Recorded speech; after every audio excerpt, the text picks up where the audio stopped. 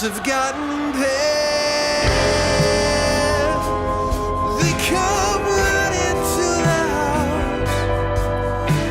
The dogs keep getting out, and it's too late to save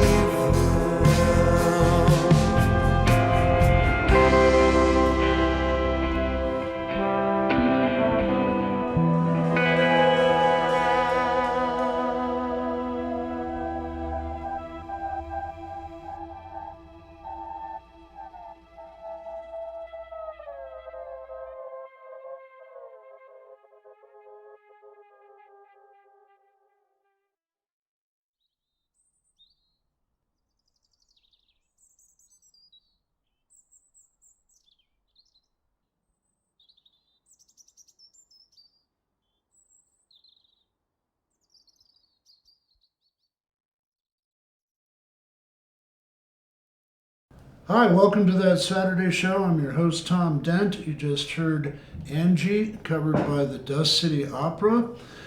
Today we feature part 3 of our air quality investigation special. My guest is Lauro Silva, a longtime environmental justice activist from the Mountain View neighborhood. That interview is followed by a TED Talk on the youth perspectives on environmental racism. And we end the program with another song by Dust City Opera called Alien Summer. Don't forget, tomorrow is the celebration of Sally Alice Thompson's 99th birthday at the Peace Center starting at 11 o'clock tomorrow morning. And also, early voting has started, so get your ballots, get out there, and vote. And we'll see you next week on that Saturday show.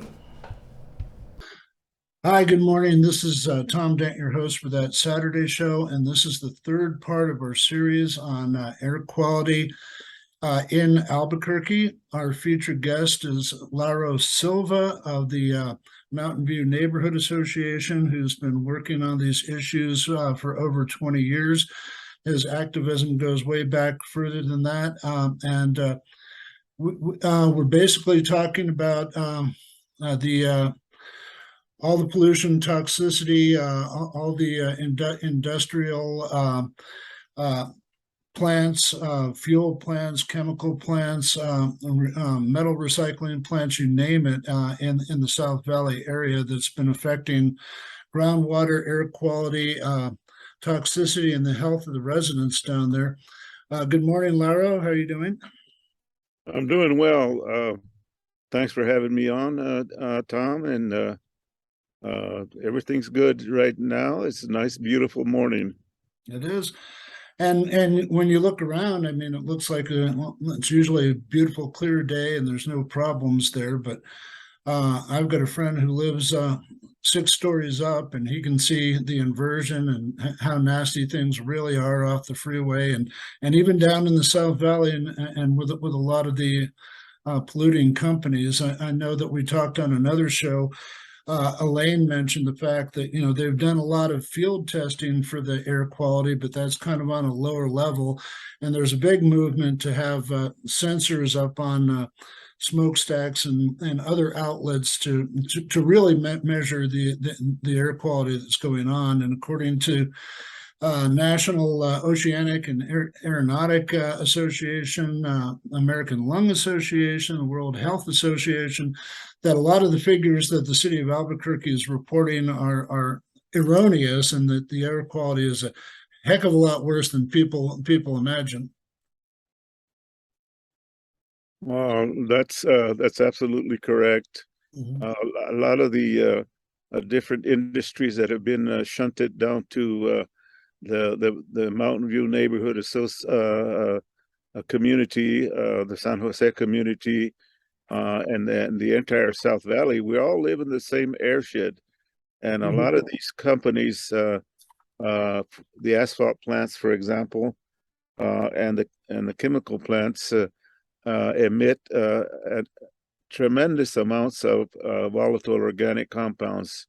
Anything like benzene or trichloroethylene, and a whole slew of them, and they measured it by tons per year that the children at the Mountain View Elementary School breathe.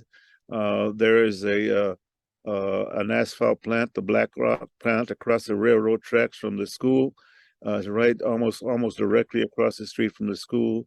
There has a big in the last few years, there's a transloading facility that has railroad cars full of some of that fracked oil, and of course we know that fracked oil on the top inside of those big tankers, railroad tankers, have a couple of feet of methane, and if one of those ignites, we're talking about massive explosions that have been taking place in Canada and all the way down through different states, where it's actually blown houses down within a several block area, and those are still transporting. And you'll read on the news that they come, but they have the transloading facility here, and of course, apparently the railroads don't have the kind of controls, having to go through the state. In fact, the governor was surprised, and the county officials here were very surprised that they even allowed it to come in. Of course, we opposed it, but to this date, it's like straight down the block from my house, a couple of blocks from my front door, and so that's one example. of course, the asphalt plants, we were able to stop the extension of one asphalt plant that was asking for a special use permit. Historically, we've been uh, uh, uh, subject to special use permits being allowed for different kind of polluting industries, and along with that, I served back in the 80s. I served on the Air Quality Control Board for 4 years. And subsequent to that, I served on the Bernalillo County Planning Commission for another 4 years. And after that, I served on the Sandia National Labs Environmental Remediation Citizens Committee until we would not sign off on the mixed waste landfill. Yeah, I was just about to mention mixed waste landfill. Well, We've had Dave McCoy and other people on here before, and not to alarm anybody, but like the methane that you're talking about, they had a similar thing like that up in Nevada, and the water got in, and the benzene and all this stuff ignited and blew up an area probably close to half of Albuquerque. But fortunately, it was in the middle of nowhere. right. And who knows about the toxic clouds that went on, and how many people he could have killed in Bernalillo County, or can kill in Bernalillo County. But there's just dirt on top of it. There's no liners. There's no nothing. It's crazy. Well, the thing is, it doesn't necessarily kill you immediately from the contamination. There from the time that you're exposed to the onset of very serious health problems, especially cancer, leukemias, and other kind of respiratory illnesses, and neurological, cardiovascular diseases. It's a delayed time set. It's years, sometimes 15, 20 years before it takes the effect on your health. For children, they have a higher metabolic rate, and that affects the children. Children from the elementary school have been sent to the emergency room by the school nurse, and being diagnosed with asthma that their parents never knew that they had asthma, and so this is an ongoing problem. We definitely need to have a complete medical research study done. I was the principal investigator for the South Valley Partners for Environmental Justice for a number of years until our grant ran out, and we trained about 20 people in the South Valley around some of those environmental concerns that we have. We're still facing a lot of them.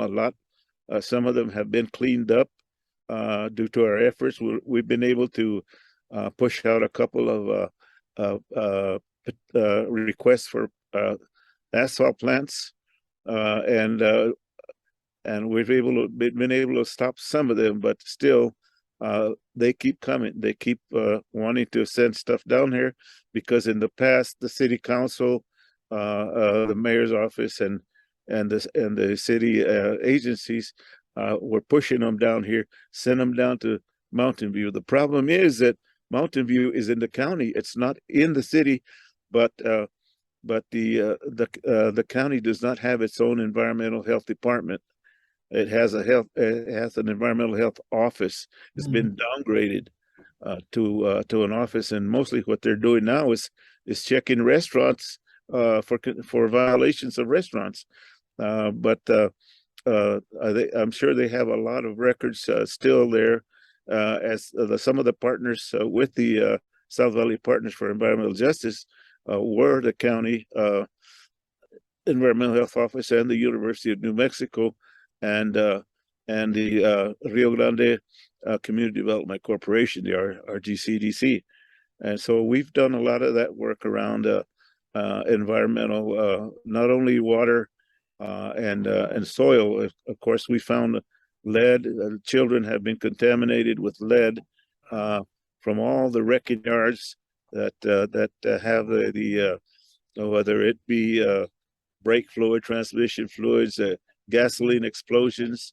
That's probably what caused the explosion at the Albuquerque metal recycling place, and that there's been two very large explosions at that metal recycling facility, and there continues to be smoldering. We can see smoke sometimes coming out from there. We take pictures and send them to the health department, but we haven't been able to force them to make too many changes.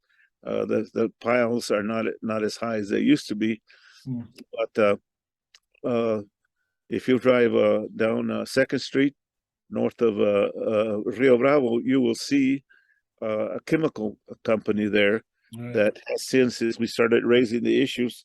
That's where they had large railroad tanker cars full of chlorine. Is Chlorine this the DAC chemical plant that you're talking about? Yeah. Yes. And that's chlorine is highly dangerous. Yeah. Extremely. We're talking about the Greenpeace people informed us that if one of those tanker cars blows up, we're talking about a 5-mile radius where people will be either killed or seriously injured. Jesus. From the chlorine gas. Well, how can you get rid of these cars? Well, that's another question. Whose jurisdiction? Can the congressional delegation help you? And how has this been redistricted? Is this now part of Yvette Harrell's congressional district now? Well, we're having to deal with that, and we haven't had much luck dealing with the congressional districts lately. That is something that we need to work on. Mm-hmm. But right now, what we're working on is trying to have a resolution passed that will deal with cumulative impacts. Right. Whenever an industry applies for a special use permit to do a certain amount of contamination, they will only look at what the company is proposing to emit, and it's got to be within a certain EPA standards.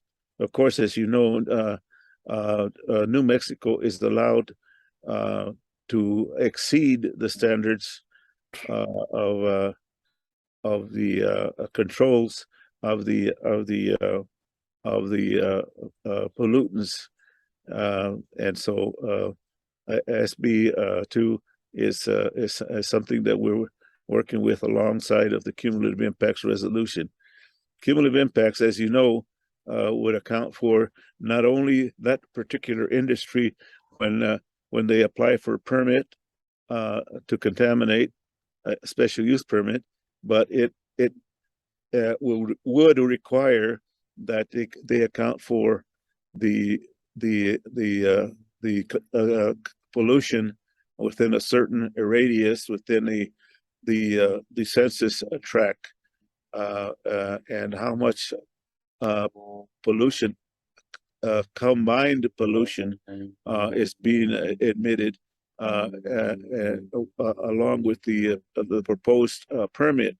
So we're hoping that we can get them to agree to cumulative impacts here. Of course, as you have mentioned, the World Health Organization and others have done that. We're only asking for a permit in Bernalillo County, which includes the Albuquerque metropolitan area, Isleta Pueblo, and in fact, Isleta Pueblo is partnering with us in Mountain View and the South Valley around monitoring. We're going to start working on doing our own monitoring, although the city has made commitments to have more monitors in the South Valley and in the Mountain View in particular. But these are some of the concerns that we have. We need to stop this. Since we've been living here, our daughter is medically fragile, She has to be on oxygen 24/7. She is currently 24 years old, but due to injury when she was born at the hospital, uh, because of the hospital, uh, uh, the problems, uh, uh, has very serious neurological problems, and she needs to feed through a G tube. She needs to breathe through a trach, and so especially myself, after a few years, I had a triple bypass. So cardiovascular disease and respiratory illnesses are very serious problems in Mountain View. There was a study that was done by uh, the cancer toxicology group, and they determined that it was a small study. It wasn't a very large study, so we haven't been able to define a cluster group of cancers or other kinds of serious illnesses, but there's some kind of different types of cancers that have been shown. I didn't really have time to put together a slideshow, a few slides that would demonstrate some of the research that was done.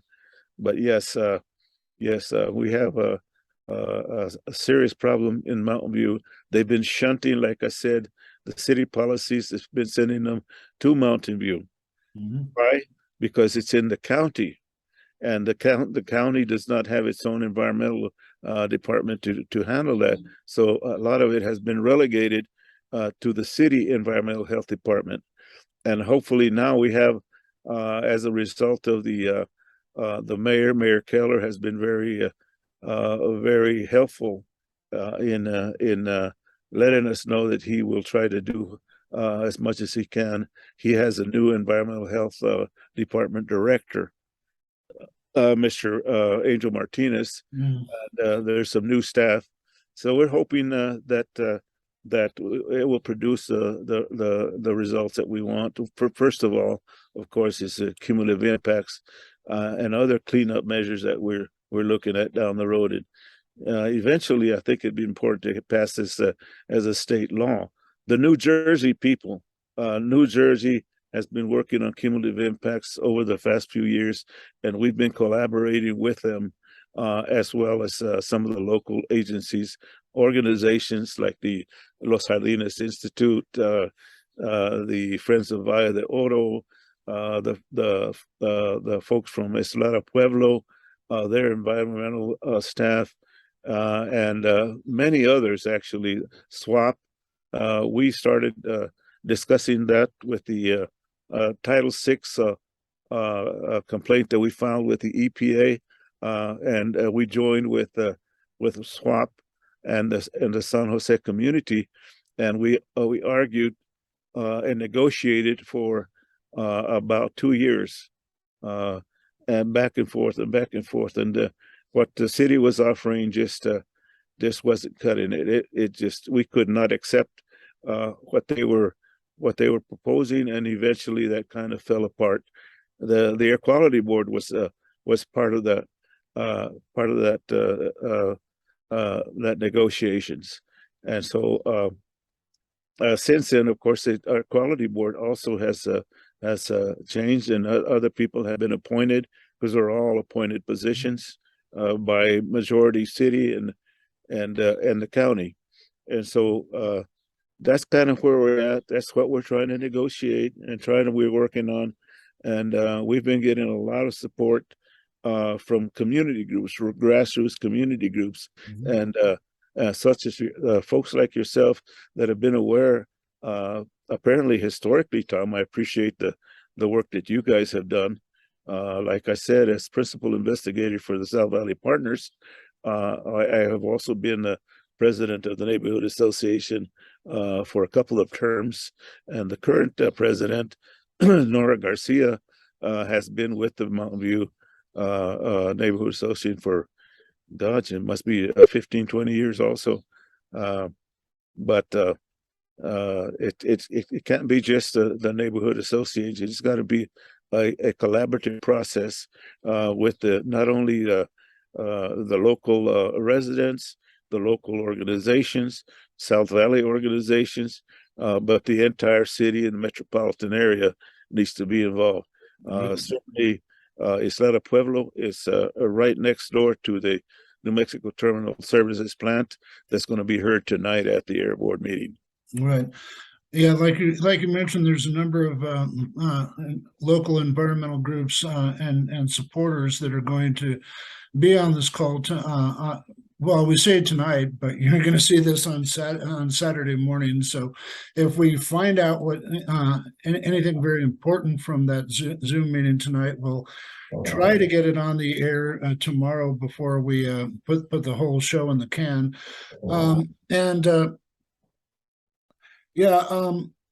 There are at least two or three groups that are members of the Peace Center. Our Pajola groups, our peace and justice groups, linking arms, that are involved with this. We've had Mariel Nanazi of New Energy Economy on the show a number of times. Elaine Chimino of Common Ground Rising. We have had a pretty close association with SWAP for a long time, and we have local 350.org here, and the water groups have been involved in this on and off for a number of years. When I first came to New Mexico permanently in the 80s, I know we were talking earlier that you were involved with the initial campaigns against WHIP, and I was friends with like three of the whatever they were called, the Eddy County 8, that went down there to protest WHIP. Way back in the early 80s, and they were arrested and all that. And then in 1989, I became environmental issues coordinator for New Mexico Public Interest Research Group, and we worked with Southwest Research and Information Center and SWAP and the state hydrologist, the U.S. hydrologist, the environmental division, to come up with the original groundwater protection and action plan for Albuquerque and Bernalillo County that was stolen by Mayor Baca, that was stolen by Mayor Chavez and stuff like that. But we became really aware of what was happening in the Mountain View and South Valley by working with Tomas Garduño, Richard Moore, people like that. And you were talking about the Mountain View Elementary. I don't know if we totally talked about the GE engine plant that assembled engines for World War II, but apparently their air quality, the groundwater toxins have been there forever. They were leaking around Mountain View Elementary. And from what I read, it wasn't until fairly recently that their water supply, their well was blocked up, and then their water supply was turned over to the city. So we're actively drinking contaminated water at that point. And it was worse than that. I was charged with organizing most of the stuff at University of New Mexico for the 20th anniversary of Earth Day. And for instance, we brought Lois Gibbs into town, and she's the lady like Aaron Brockovich who exposed the Love Canal toxic story in New York. And we said, oh, you think Love Canal is bad? Look around here. We've got chemical and oil refinery plants to the south. We've got the GE plant up here. We've got tailings, all this stuff. And you mentioned the chlorine tanks that I forgot about. And we even heard of a plutonium leak that was coming down in Arroyo from Kirtland Air Force Base, and we haven't met. And there's a jet fuel spill under that GE plant, as well as the huge jet plume spill up at Kirtland Air Force Base. So, we have all sorts of problems. I heard that there was at least 2 Superfund sites down there. I guess SWAP and the Environmental Law Center basically filed something with the EPA charging environmental racism as far back as 2014, and we've seen in other communities like Louisiana, you've got their cancer alley there. In Arkansas, all the people that work for Georgia Pacific and the Koch brothers plant there have horrible toxicity and health problems. I grew up in New Jersey before nuclear power came along, and you go to Elizabeth in New York, you couldn't see the next block, and we had a larger problem that totally reminds me of what's going on in the South Valley. We had chemical plants, we had oil refineries, we had Browning Ferris incinerators all over the place. We had skyscrapers full of smashed cars and stuff like that. And from New Brunswick to New York, it was just considered Cancer Alley, and thousands of people died back then. That's right. New Jersey is the garden center for the entire urban area on the East Coast. I did a lot of work in Vineland. And you drive down the highway, it's beautiful, but the abuse of the Puerto Rican labor that was brought in to do that work was incredible. But I have been to Trenton and places like that. A lot of the folks call that the armpit of the world, I guess. But we in the South Valley are the armpit of the Metro Albuquerque or the state of New Mexico. In that sense, I have also worked with the uranium mining and milling tailings, and I did a lot of research with folks. We organized the Mount Taylor Gathering back in 1979 and 80, the Dalton Pass Gathering on the uranium strip, uranium in situ mining, and we also organized the Florencia Gathering down in Loving by Carlsbad, where the whip site is at, the one you mentioned earlier about getting arrested. Tony Carrasco and Mike Carrasco and Roxanne Karchner and some of the folks down there. Both Tony and Mike are gone now. They've passed on, but we're still in contact with the folks. We built a statewide coalition against the WHIP project. Tony and I ran on the coattails of the WHIP project, and was elected governor. But when we did the study, 87% of the population of the state was opposed to the WHIP project. But when Bill Richardson, who had been the head of the Department of Energy, became governor in New Mexico, immediately the effect was that they opened it up for the transportation of nuclear waste down to the WHIP facility. So yes, I'm familiar with a lot of the concerns in New Mexico, and especially now in Mountain View. I live in Mountain View. This is my home community. This is where we raise our children. This is where we send our children to school. This is where we have our big community garden. So we're not against things all the time. We're for things. We're pro environment, pro health, against the climate change that we're having to deal with, and we want to join with the World Health Organization and nationally and internationally. We've been helpful in sending people to the international gatherings, and we intend to keep going forward and doing this. But progress has been slow and not quick enough to deal with these things. Of course, hanging the dark cloud over all of our heads in the world is climate change, and of course, politically, we're a community here. It's an impoverished community, very low rates of income, all totally people that labor and need this kind of protection. So slowly, we do the best we can, and continue to outreach and coordinate and collaborate. Well, I'm really impressed by your work. I know when we first heard about the Superfund sites and stuff like that, I go like, well, what can we do about this? And they said, well, they sort of shut that down. They declared that, and they basically never returned.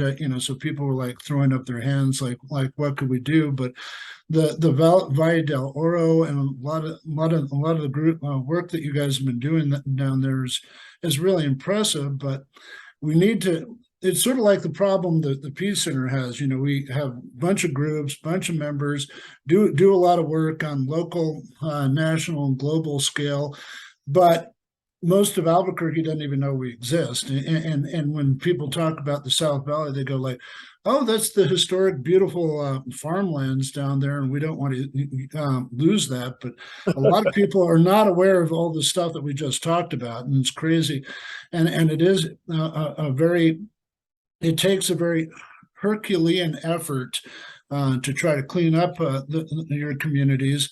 So while we have you on, what can you tell the community? How can the community get involved? How can other groups get involved to connect with you guys to help you clean up?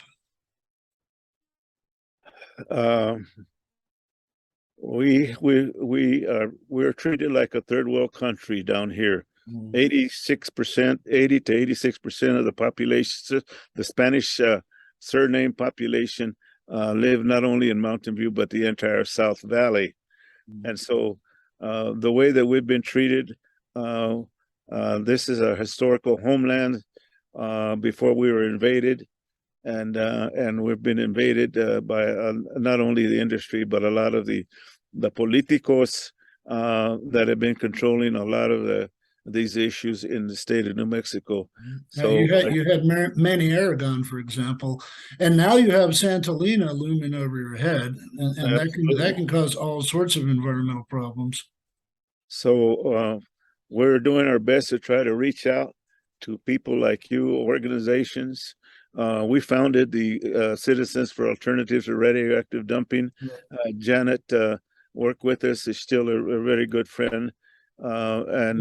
She was a Pajola group at the Peace Center for a long time, and she's reemerged and come to some of our member meetings lately. Good. Yeah, we've had her here at our house, and she's very concerned still. Lou Colombo. Well, I don't want to scare people, but if you want to, you're talking about WHIP now.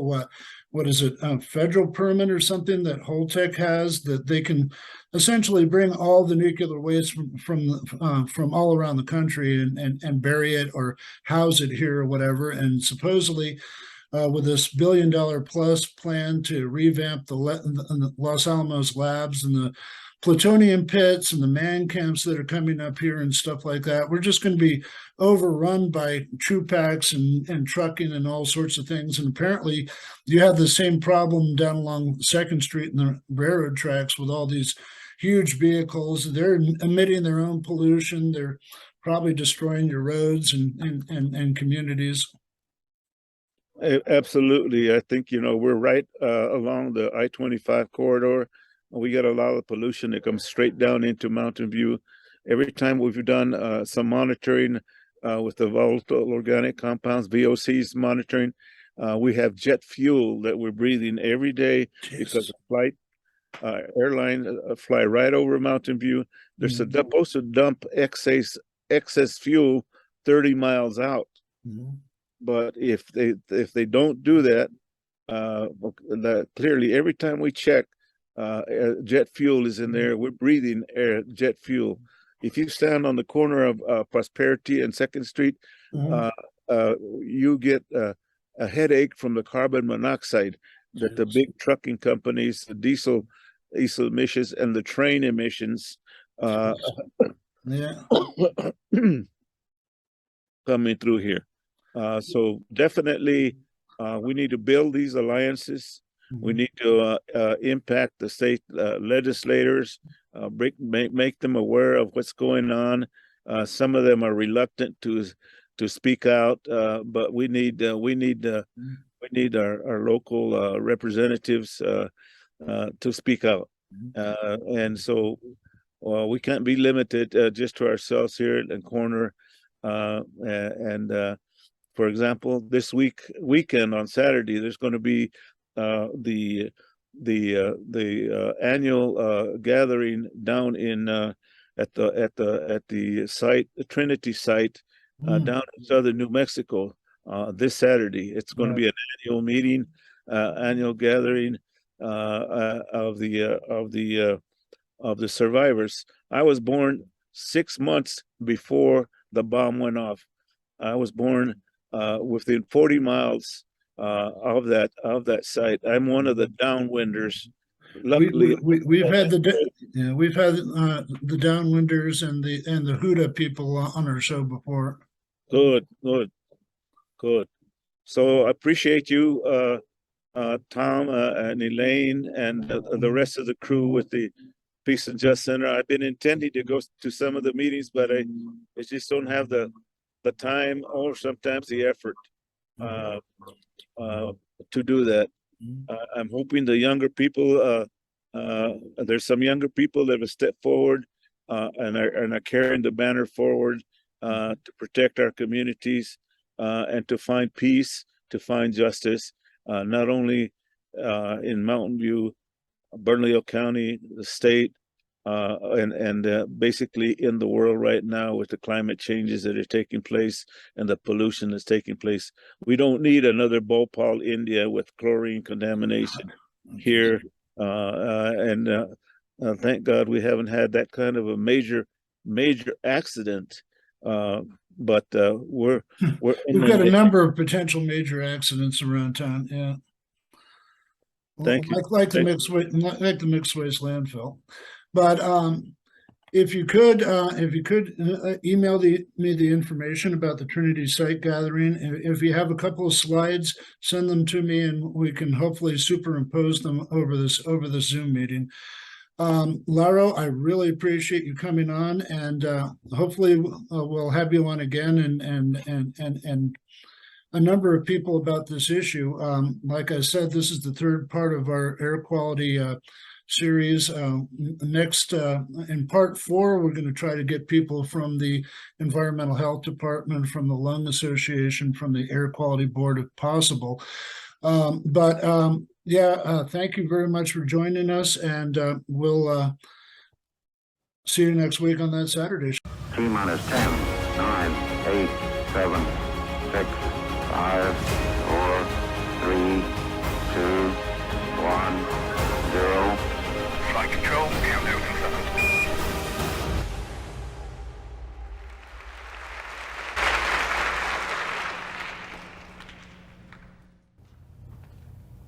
Imagine growing up and on your way to school, it smelled like rotten eggs.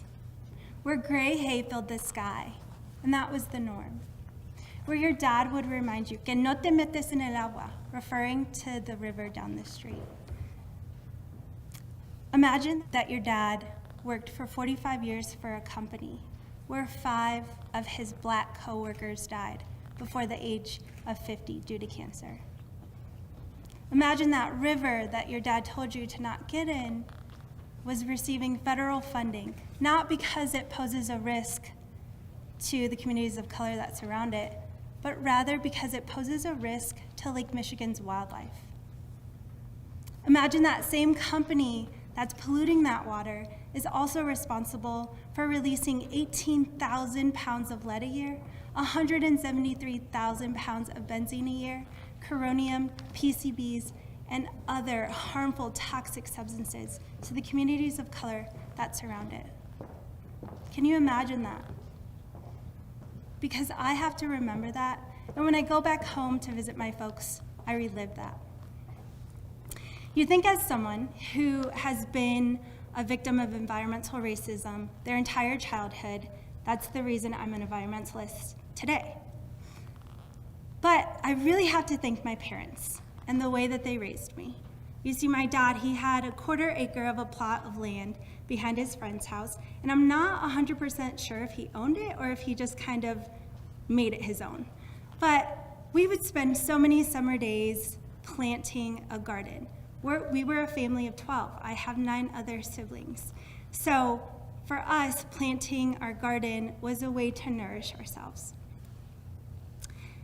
That garden was so special. That garden was the reason that I learned the life cycles of a frog. When my brother John and my sister Rocio, happy birthday John, we would catch tadpoles in the little ditch next door.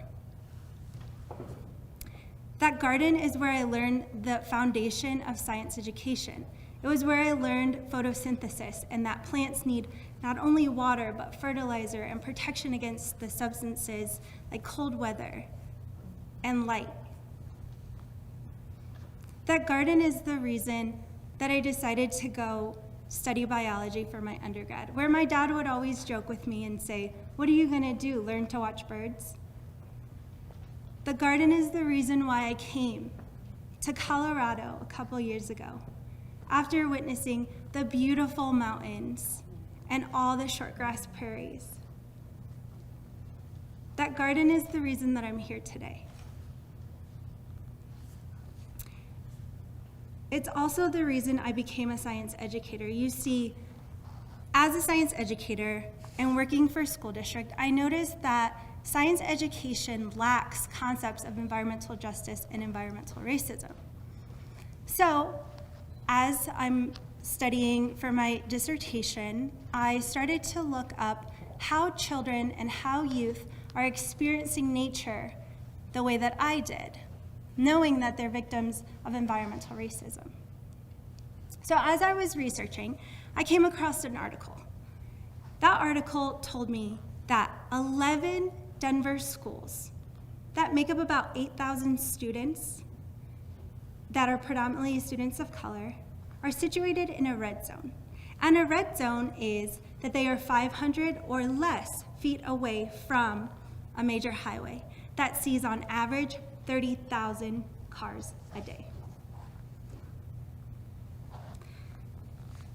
Not only did I find out about those schools, I also found out that one of those schools in particular is in a community that is low income and predominantly Latinx. That community is the most polluted zip code in the United States.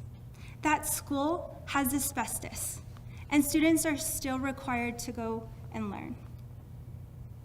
That school used to be situated on a Superfund site, and there are still 144 properties in that community that have not been tested for lead or arsenic in the soil. So when we think about closing this achievement gap for our youth of color, I ask, how are we closing this real environmental gap?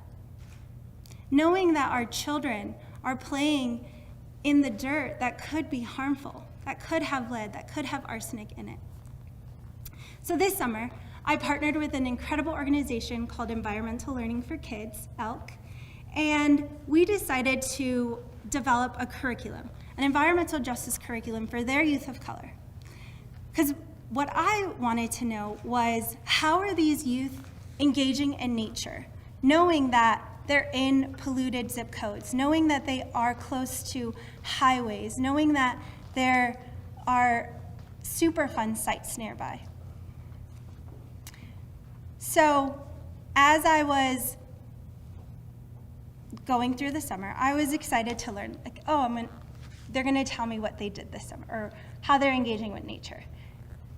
And as many of you know, when you have something in mind, it might not always work out that way. And that's what happened this summer. I didn't really learn what positive experiences they were having in nature. Rather, I learned 4 key concepts that have changed the foundation of my environmental movement. And I'll share those with you.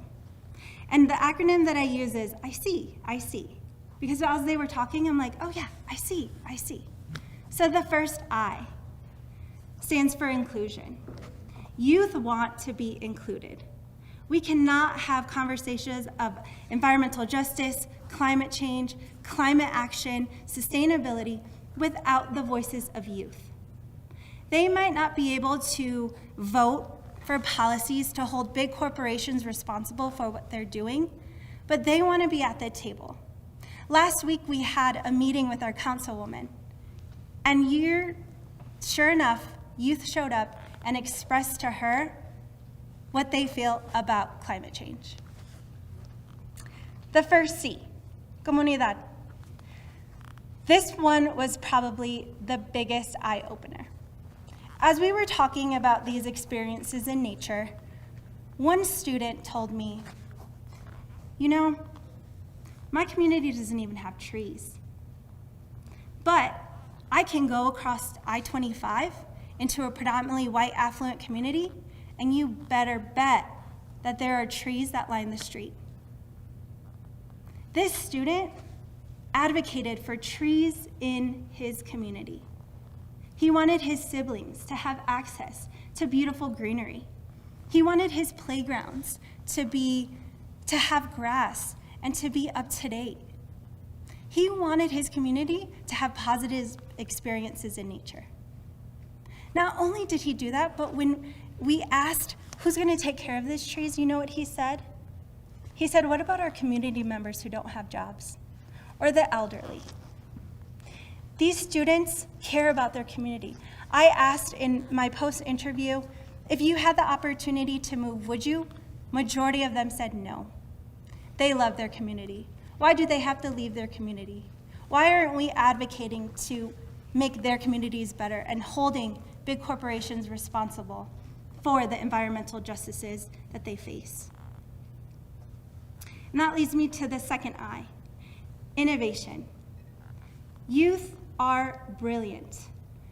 They are creating TikTok challenges that they're doing, talking to their peers about climate change in fun ways. They're utilizing youth-friendly platforms like Instagram. And I say youth-friendly because my 10-year-old niece told me, yeah, Crystal, you are too old to be on TikTok. I'm still on TikTok, but Black Millennials for Flint, they have an Instagram and they're hosting webinars to engage with their peers because they're not learning about it in school. The last C is change. Youth want change. This is their planet. The future of this planet is theirs. They want change. We have to take drastic action.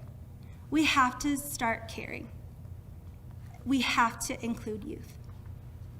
There are so many more youth activists like Marnie Kopeny, or known as Little Miss Flint, or Greta Thunberg.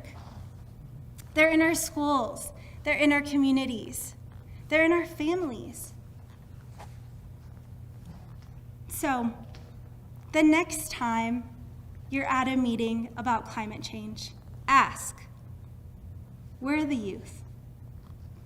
The next time you're electing your local school board member or policy maker, ask, how are youth going to learn about climate change and environmental justice in school?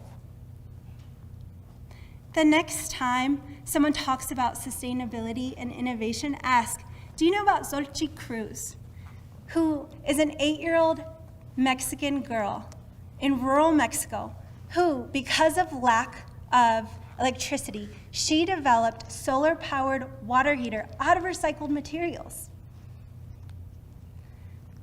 The next time someone says, oh, climate change is just a one-sided issue, ask them, do you know that Republicans, young Republicans now, are starting to call on their senior Republicans to take action about climate change?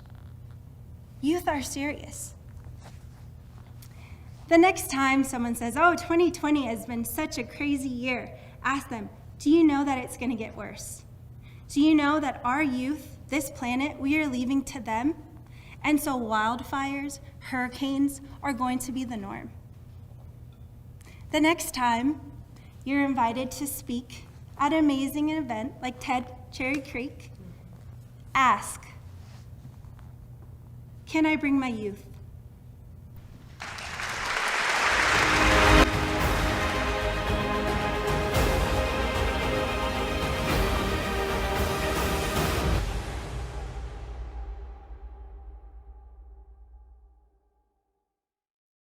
The Albuquerque Center for Peace and Justice has been serving the communities of Albuquerque for nearly 40 years. Peace and justice are the motivators for the work we do, in concert with dozens of other organizations and committees here and around the country. But we can't do it without your help. We need you. Get in touch at www.abqpeaceandjustice.org or call us at 505-268-9557.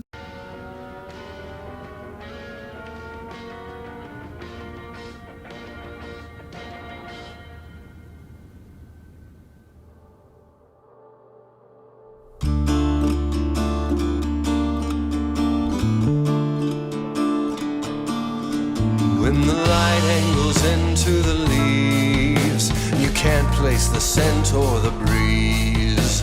A million tiny lives lie hidden in the trees. Soft voices whispering extraordinary things. A neon shift replaces the faces that you knew. Your lizard brain is bracing for the change inside of you. Alien summer came and they woke in us. We shared our human skin to find new fingers reaching up.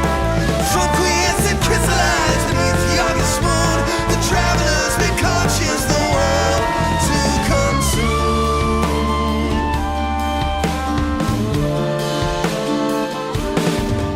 While the nightingales chitter and chant, they feed in the forests of man. With praying probosities, paralyzing sting. An army of witch bandits hunting everything. The sonic trigger instigates the slaughter of the earth. Frontal lobes corrupted by the hive's ancestral thirst. Alien summer came and they woke in us. We shed our human skin to find new fingers reaching up. From queers that crystallized beneath the August moon. The travelers made conscious the world to consume.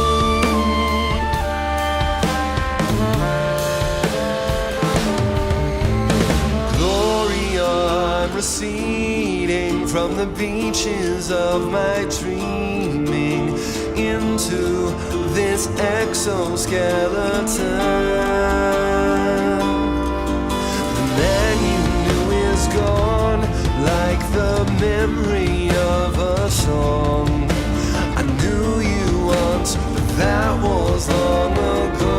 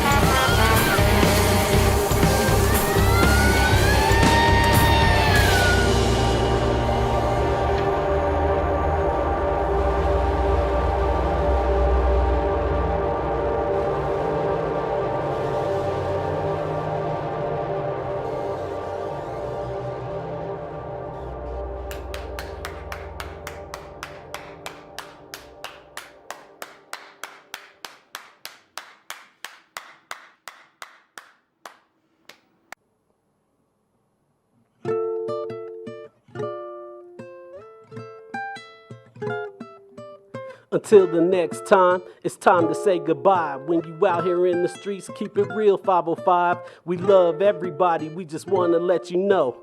Thanks for tuning in to that Saturday show.